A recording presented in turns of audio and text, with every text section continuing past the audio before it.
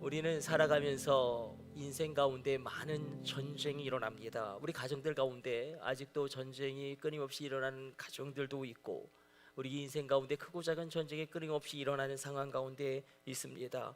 좋은 주일 아침이지만 하나 어두운 이야기로 설교를 시작하려고 합니다. 한국은 OECD 국가 가운데 무려 자살률 1위라는 그 통계가 아직까지도 변함이 없습니다. 그 격차는 오히려 더 벌어지고 있어서 2022년 가장 최근 통계를 따르면 OECD 평균 자살률은 10만 명당 11.1명에 반해 우리 한국은 25.2명으로 그 폭은 더 커지고 있습니다.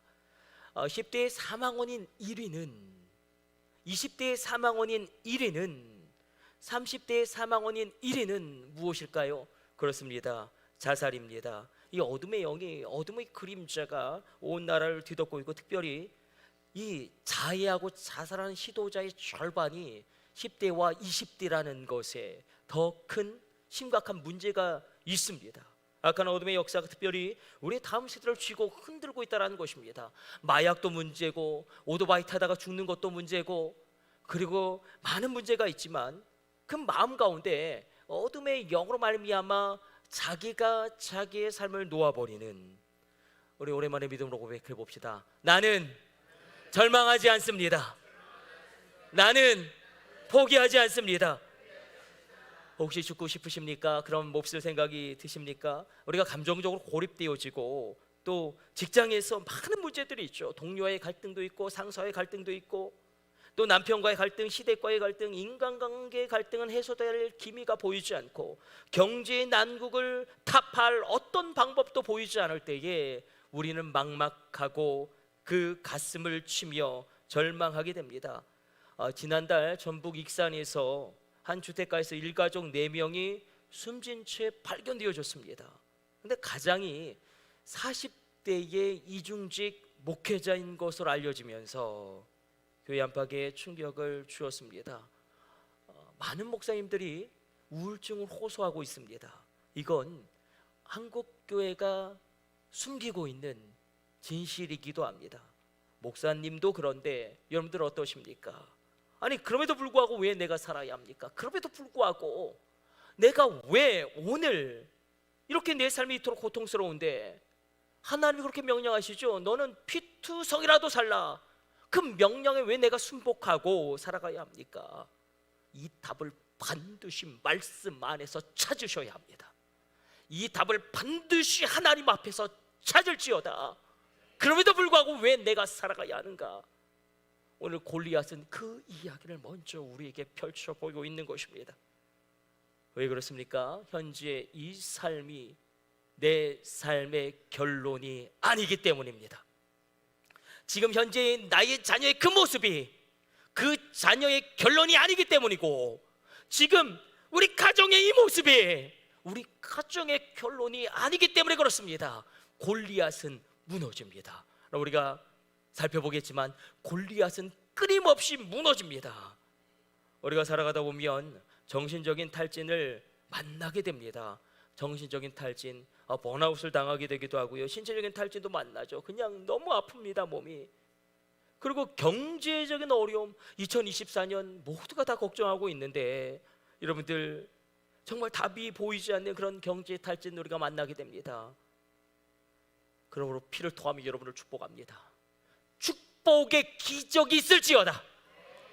축복의 기적이 있어라. 우리가 감당할 수 없을 것 같은 정신적인 탈진, 경제의 탈진, 부도, 인간관계의 탈진도 있겠지만, 건강의 탈진도 있겠지만, 가장 심각한 것은 신앙의 위기입니다. 하나님 앞에서 시험을 당하면, 그러니까 사람에게 시험을 당하면 그래도 저 인간이 인간이니까, 근데 하나님께 시험을 당하면 이거 정말 방법이 없습니다. 그럼에도 불구하고 세상 어떤 것은 다 실수해도 괜찮지만 신앙생활만큼은 절대 실수하면 안 된다. 세상 모든 것은 다 실패할 수 있겠지만 나 믿음 생활만큼은 실패하면 안 된다는 것입니다. 오늘 예기치 않은 고통, 기대하지 않은 문제를 만나면 우리는 당황해야죠. 지칩니다. 쓰러집니다. 다윗도 골리앗을 만납니다. 여러분, 다윗이 골리앗을 한 번만 만난 것이 아닙니다. 정말로 물리적인 그 골리앗은요, 끊임없이, 여러분 골리앗의 동생도 있다는 거 아시죠? 이 골리앗의 동생, 골리앗만큼 강력하게 죽기 직전까지 위협적인 존재 라음이도 있습니다. 그러나 라음이도 다윗과 그의 용사들의 손에 무너지는 것입니다. 왜 그럴까? 우리가 오늘 본문의 말씀을 이렇게 접근해 보길 원합니다. 다윗이 골리앗을 쓰러뜨렸다라는 그 놀라운 그 승리도 중요하겠지만, 여러분 오늘 본문을 읽으면서 다윗의 평강이 일으켜지셨습니까? 다윗은 사울 왕과도 다르고 이스라엘 군대 진영에 있는 그 모든 군사들과도 다른데 무엇이냐면, 모두가 다 떨고 있고 모두가 다 두려워하는데 다윗은 평안합니다. 다윗은 평강을 누립니다. 이 다윗의 평강이 있을지어다. 이 다윗의 평강이 임할지어다. 엘라 골짜기는 그 폭이 1600m입니다. 한쪽에는 이스라엘 군대가 진치고 있고 또 한쪽에는 블레셋이 진치고 있는데, 억적거구의 골리앗이 큰 소리 지르면서 이 엑스들아, 내가 여호와를 모욕하고 이스라엘 군대를 모욕하고 여호와의 이름을 모욕하니 너희는 사람을 보내어 나와 더불어 싸우게 하라. 그러나 그렇게 소리 지르지만 40일이 지나도록 아무도 그 앞에 나갈 수도 없고 나가지도 않는 상황이었습니다.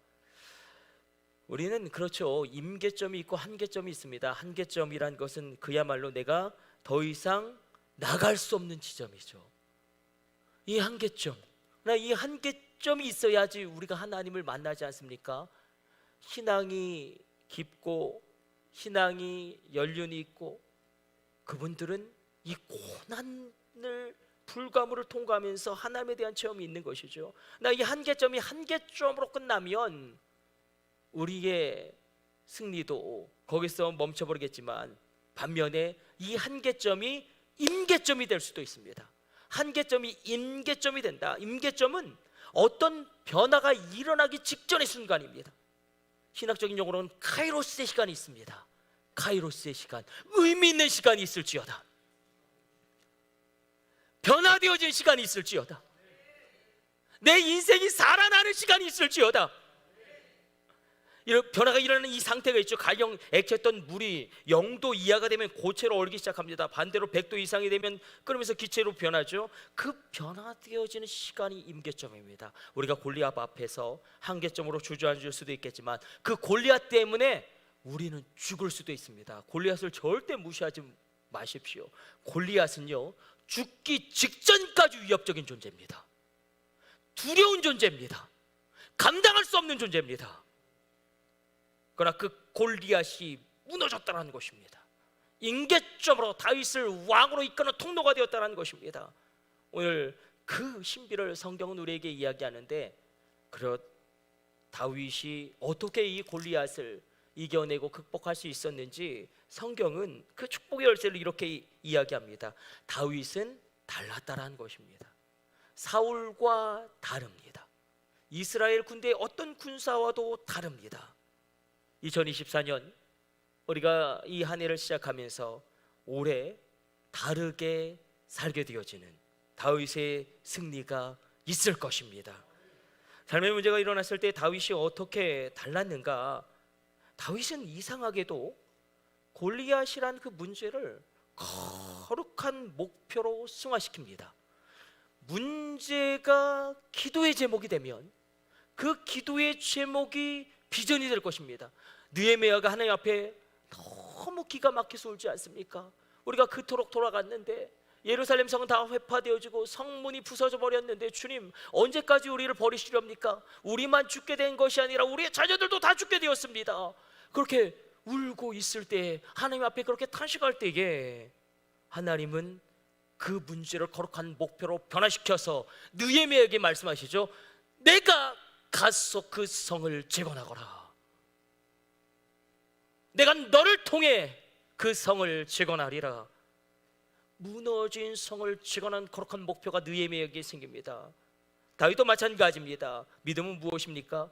우리가 직장도 포기하고 싶고 가족을 피해 도망치고 싶을 때도 있고 질병 때문에 힘겨울 때도 있겠지만 그 큰 문제 앞에 그 큰 문제 가운데 하나님을 만나고 그 문제가 거룩한 목표로 변화되어지고 그 거룩한 목표가 비전으로 나아가게 되어지는 이 다윗의 엘라 골짜기의 승리가 우리 가운데 있기를 간절히 바라고 원합니다.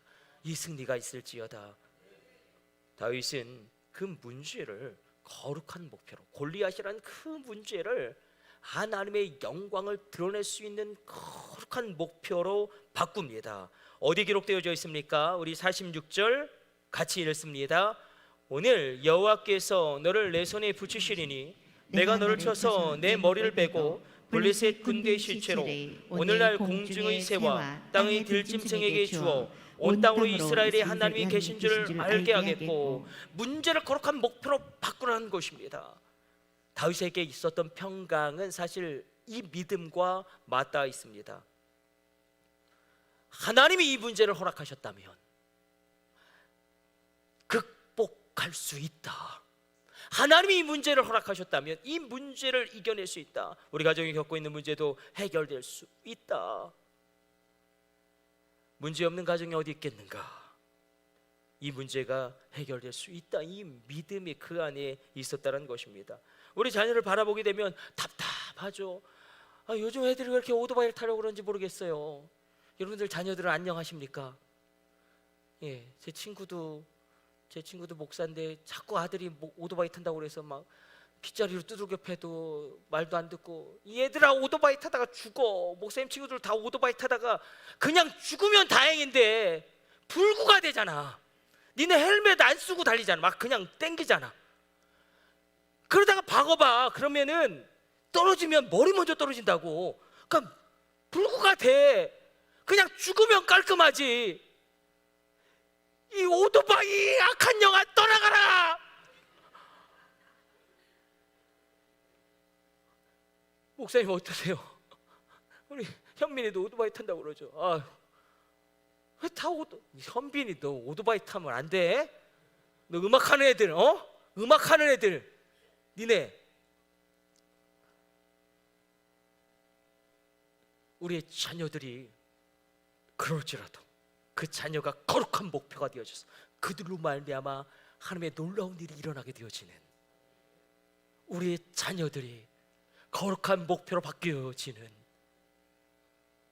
그 일들이 우리 가운데 일어나게 될 것입니다. 두 번째로 다윗의 다름은, 다윗은 사울과도 다르고 다윗은 누구와 다릅니까? 이스라엘 군대와도 다르죠. 블레셋 군대와도 다르는데 이것을 우리가 절대 놓치면 안 됩니다. 다윗은 절대 엘리압과 싸우지 않았다.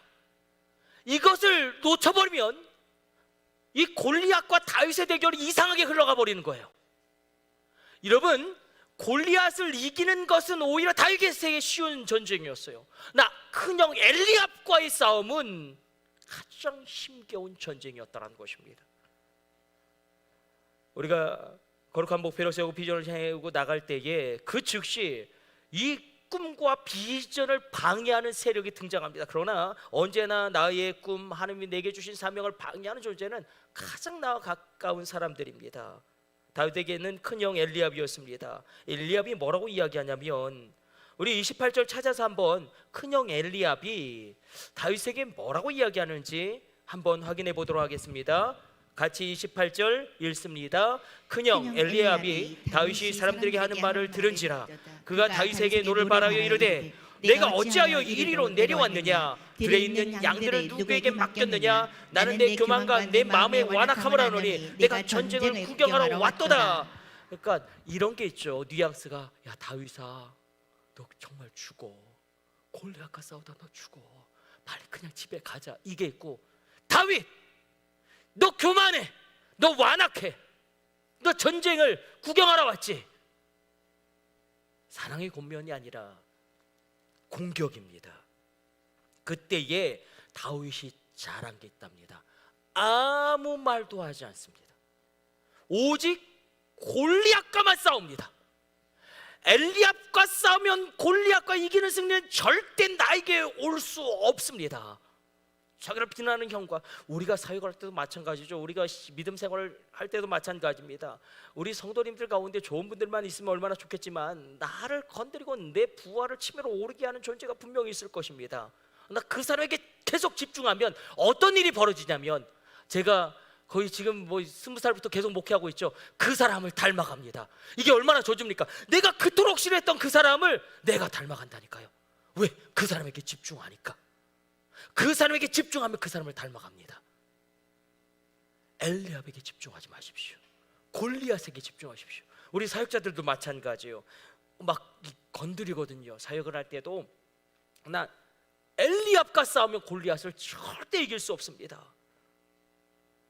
여러분, 엘리압과 싸우지 말지어다. 골리앗과만 싸우는 것입니다. 우리가 금요일에 포도원 품꾼의 비유 나누었죠. 그런데 포도원 주인이 그 포도원 품꾼들에게 뭐라고 책망하냐면 이렇게 책망합니다.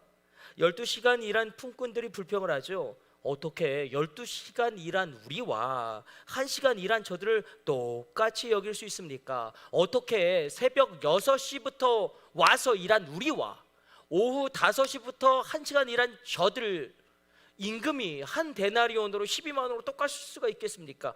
그때 포도원 주인이, 하나님이 이렇게 말씀하십니다. 친구여, 내가 악하게 나를 보느냐? 악하다, 포네로스가 사용돼요. 영어 성경은 정확하게 번역했어요. Why do you have the evil eyes? 너 왜 포네로스의 눈을 가지고 있냐?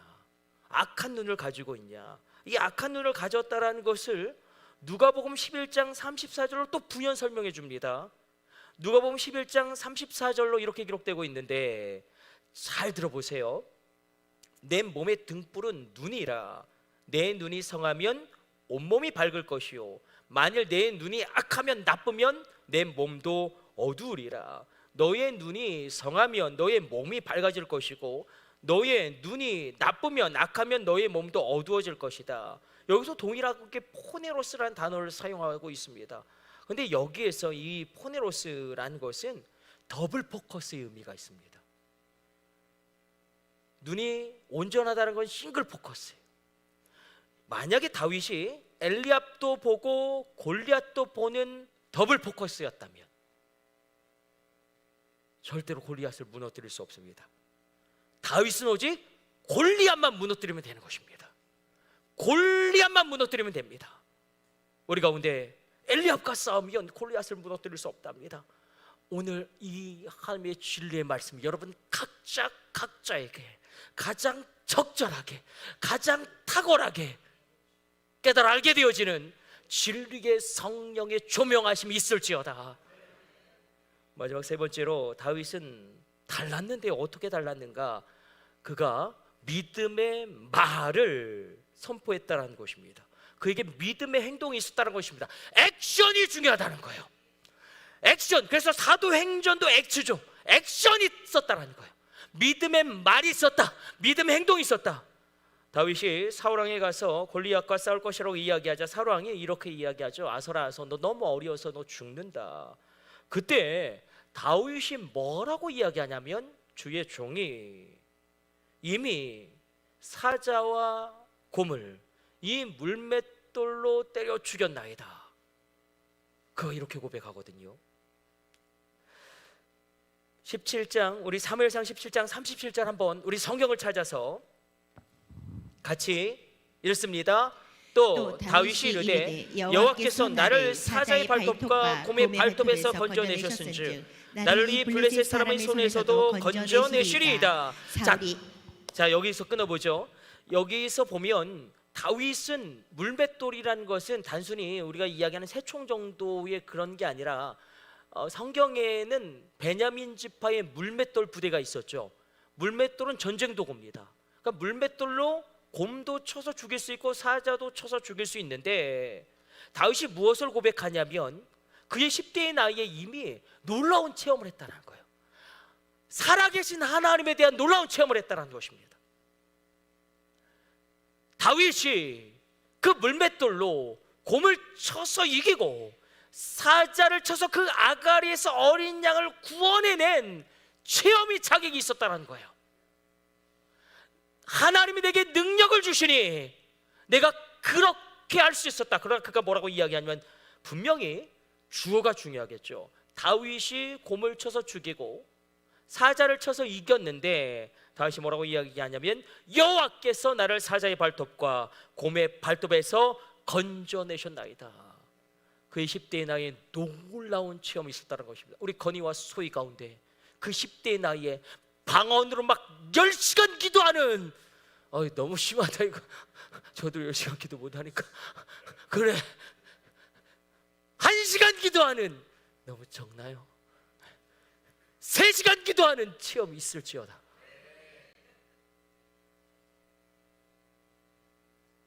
다윗은, 유진 피터슨이 그런데 이걸 굉장히 주목하죠. 다윗이 사울왕의 갑옷을 벗어버리고 엘라 골짜기에 엎드려서 시냇가에서, 원어 성경을 보면 무릎을 꿇고 돌을 고릅니다. 이것을 유진 피터슨은 그가 다윗의 간절한 기도가 여기에 담겨 있었다. 물맷돌은 중요한 무기였지만 다윗은 무엇을 위해서 기도하냐면, 하나님, 나를 통하여 골리앗이 무너지게 하여 주옵소서. 나를 통하여 하나님의 능력이 나가게 하여 주옵소서. 나를 통하여 하나님의 일들이 실행되어지게 하여 주옵소서. 이 다윗의 기도가 얼마나 중요한지요. 기도는, 지금 기도하는 이 기도의 시간은 평범한 이 시간을 위대한 시간으로 바꿉니다. 예레미야 33장 3절로 너는 내게 부르짖으라. 내가 내게 응답하겠고 크고 은밀한 것을, 내가 알지 못하는 그것을 내게 보이리라. 누가복음 18장 7절로 하물며 하나님께서 그 밤낮 부르짖는 택하신 자들의 원한을 풀어주시지 아니하시겠느냐, 저에게 오래 참으시겠느냐. 우리가 기도하는 다윗을 놓쳐버리면 이 골리앗과 다윗의 싸움은 이상하게 흘러가게 될 것입니다. 하나님은 살아계십니다. 나의 기도를 들으신다는 거예요. 하나님이 살아계신다는 건 나의 기도를 들으신다는 거예요. 근데 자꾸 우리가 오해합니다. 여러분, 수준 높은 기도, 수준 낮은 기도는 없어요. 자녀들이 나 살려달라고 그렇게 기도하는 거랑, 위대하고 아름다운 하나님, 온 천지를 창조하신 하나님, 영광스러운 하나님이, 어미로우신 하나님, 온 우주에 무소부지하시고 편지하신 하나님, 저 좀 살려주세요, 이거랑 무슨 차이가 있겠어요? 살려주세요라는 기도는 동일하게 들린다는 것입니다. 나의 신음을 들으십니다. 그러나 우리가 부르짖어 기도해야 해요. 이건 저의 체험인데, 저희도 관상기도를 배우고 묵상기도 배우는데 그건 정말로 깊은 단계에 있는 분들이 하는 것이지, 저도 관상기도 하면 5분 안에 잡니다. 부르짖어 기도하면요, 잡념은 떠나가고 기도가 집중되어집니다.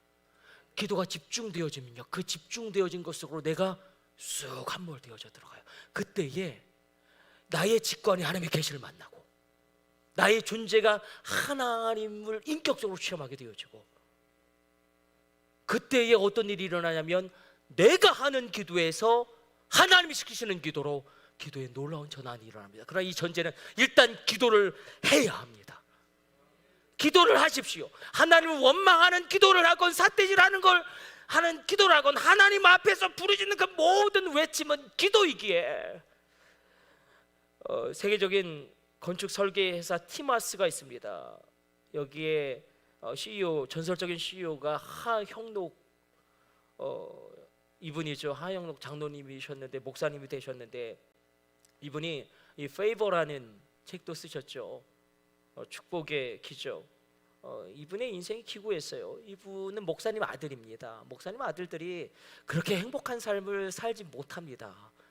그러니까 목사님 자녀들이 그게 그렇게 쉽지가 않아요. 자녀들이.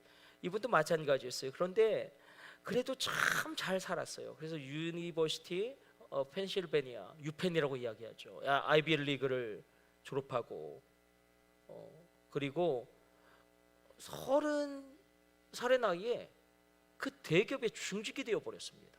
굉장히 자랑스러운 한국인이죠. 내 아버님은 한국에서 나병 환자들을 14년 동안 돌보고 미국으로 이민 와서 또 목회를 하고 계셨는데 그래서 30살에 대기업의 중진이 되고, 근데 32살에 갑작스럽게 심장병에 걸립니다. 근데 우리가 그렇지 않습니까? 내가 대처할 시간이 있으면 좀 대처를 하잖아요. 근데 갑자기 심장병에 걸리고 의사가 뭐라고 이야기하면 곧 죽습니다. 곧 죽습니다. 거의 일주일 만에 죽습니다. 뭐 이런 강도로 이야기해 버리니까 이분이 죽을 운명 앞에서 하나님 앞에 막 삿대질하기 시작하는 거예요. 막 하나님 막 삿대질하면서 덤비는 거예요.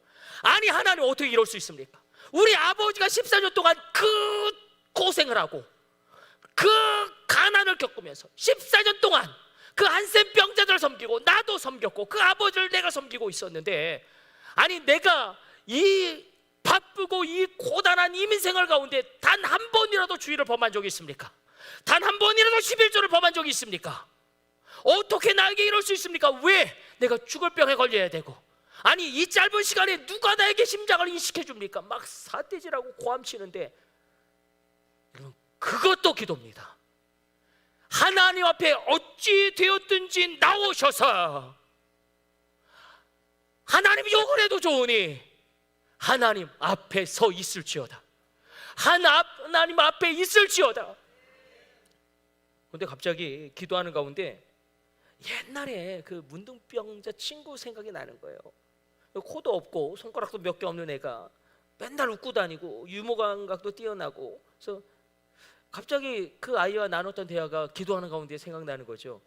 그래서 이렇게 물었다는 거 아니에요? 야, 너 코도 없고 손가락도 몇 개 없는데 뭐가 그렇게 즐겁냐? 왜 맨날 웃고 다니냐? 너 뭐가 그렇게 좋아? 너 왜 맨날 웃고 다녀? 그랬더니 이 아이가 한없이 웃으면서 뭐라고 답하냐면 나 하나님께 항복했어. 너무나 해맑게 대답하던 그 친구의 대답이 문득 떠올라 자기의 모습이 보이는 것입니다. 하나님 앞에서 그 나병 환자, 문득병자, 한센병자 그 친구도 감사하는데 하나님 앞에 항복한다고 이야기하는데 내 신앙의 연수가 30이 넘었지만 난 여전히 하나님께 원망하고 삿대질하고 손가락질하고 있구나. 그래서 심장 이식할 수 있는 사람을 빨리 찾아주세요라는 기도가 아니라 기도가 바뀌었답니다. 하나님 날 좀 바꿔주세요. 날 좀 바꿔주세요. 근데 심장을 이식할 분이 생긴 거예요. 그런데 이분이 나보다 더 절박한 그 환자의 그 심장 이식을 양보하는데 이분 죽었을까요? 그럼? 여전히 살아계시고 휴게 사명을 감당하고 있습니다. 우리 믿음으로 고백해 봅시다. 하나님 날 좀 바꿔주세요. 여러분 기도가 바뀌면 놀라운 일이 일어납니다. 우리가 혹시 기도를 잃어버렸다면, 부르짖는 기도를 잃어버렸다면, 기도를 잃어버렸다는 것은 단순히 기도를 잃어버렸다는 게 아니라 기도가 없다는 건 하나님이 없다는 것입니다. 기도가 없다는 것은 소망이 없다는 것입니다. 기도가 없다는 것은 비전이 없다는 것입니다. 다윗은 이 기도를 올리는 거 아니겠어요? 하나님 나를 통하여 하나님의 능력이 나가기를 원합니다. 다윗의 물맷돌이 무엇을 통하여 하나님의 능력을 드러내는 통로가 됩니까? 단순히 물맷돌이 강해서입니까?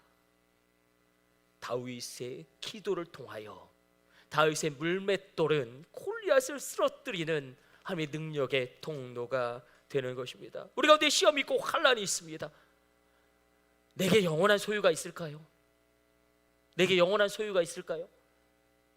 요즘은 딸들이 효녀이지 않습니까? 아들들은 다 필요 없습니다. 아들들은 마누라한테 꼼짝 못해요. 영원한 나의 소유, 아니 딸도 마찬가지죠. 자식도 마찬가지죠. 영원한 소유가 있습니까? 그러나 하나님만이 영원한, 하나님의 그 사랑만이 나의 영원한 소유가 됩니다. 나의 자녀들도, 아니 딸이라고 할지라도 그게 어떻게 영원히 나의 소유가 될 수 있겠어요? 내가 가진 주식, 내가 가진 기업, 내가 가진 모든 물질도 그게 어떻게 영원한 나의 소유가 될 수 있겠습니까? 내가 가질 수 있는 영원한 소유는 영원한 하나님의 사랑밖에 없습니다. 그래서 다윗이 이렇게 이야기합니다. 우리 46절 같이 읽습니다. 오늘 여호와께서 너를 내 손에 넘기시리니 내가 너를 쳐서 내 목을 베고 블레셋 군대의 시체를 오늘 공중의 새와 땅의 들짐승에게 주어 온 땅으로 이스라엘의 하나님이 계신 줄 알게 하겠고. 지금 무엇을 하고 있냐면 다윗은 끊임없이 믿음을 이야기하고 있어요. 믿음을 선포합니다. 믿음을 선포하는데 문제에 대해서 이야기하잖아요. 믿음에 대하여 이야기하는 것입니다. 산이 너무 높다라고 이야기하지 않고 산아 무너져라 선포하는 것입니다. 강이 너무 커서 건널 수 없다라고 이야기하는 것이 아니라 강아 갈라져라, 강아 길을 내라 명령하는 것입니다. 어둠 속에 갇혀 사는 것이 아니라 어둠아 떠나가라, 자기 영혼을 향하여 외치는 것입니다. 이게 믿음의 선포였습니다.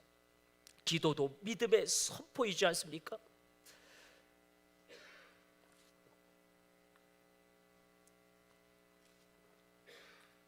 우리 48절 49절 읽고 우리 말씀 정리해 보려고 합니다. 우리 같이 읽습니다. 블레셋 사람이 일어나 다윗에게로 마주 가까이 올 때에 다윗이 블레셋 사람을 향하여 빨리 달리며 손에 주머니에 넣어 돌을 가지고 물매로 던져 블레셋 사람의 이마를 치매 돌이 그의 이마에 박히니 땅에 엎드려 지니라. 아멘. 우리도 물맷돌을 돌려야겠죠. 믿음의 행동이 있어야겠죠.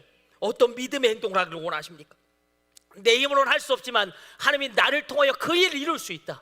내가 할 수 없는 그것을 내가 할 수 있게 되어지는, 내가 할 수 없는 그것을 하게 되어지는 그 믿음의 행동이 우리 가운데 있는가? 다윗과 골리앗의 이야기는 수천 년 동안 사람들에게 회자되고 있습니다. 지금까지도. 그러나 믿음을 말하는 사람, 믿음으로 행하는 사람이 진정한 왕이라는 것을 오늘도 증언하고 있다는 것입니다. 우리 인생 가운데 골리앗이 얼마나 많습니까? 건강의 문제도, 우리가 직장의 문제도, 결혼의 문제도, 취업의 문제도, 가정의 문제도, 남편의 문제도, 여러분 앞에 골리앗은 언제나 있습니다. 그래도 불구하고 큰 문제가 있다는 것은 큰 비전이 있음을 암시합니다. 현재의 문제가 크다는 것은 미래의 축복이 크다라는 것을 예고합니다. 내가 골리앗을 무너뜨리기 위해서 할 믿음의 선포, 믿음의 말은 무엇일런지요? 믿음의 행동은 무엇일런지요? 오늘 말씀 이렇게 마치려고 합니다. 골리앗이 딱 한 명만 있으면 얼마나 좋겠습니까? 골리앗이 딱 한 명만 있고 그 골리앗만 무너뜨리면 얼마나 좋겠습니까? 그러나 성경은 그렇게 이야기하지 않습니다. 골리앗은 끊임없이 등장해서 다윗의 발뿌리를 잡고 그를 넘어뜨리려고 하고 그의 왕국을 위협하고, 끊임없이 골리앗이 재등장합니다. 역대상 20장 4절로 8절까지 끊임없이 벌어지고 있는 이 영적인 전쟁, 다윗과 골리앗의 이 끊임없이 벌어지는 그 전쟁을 이야기하고 있는데, 오늘 보니 역대상 20장 4절로 8절까지 말씀 우리 시간이 없지만 찾아보고 우리 같이 읽습니다.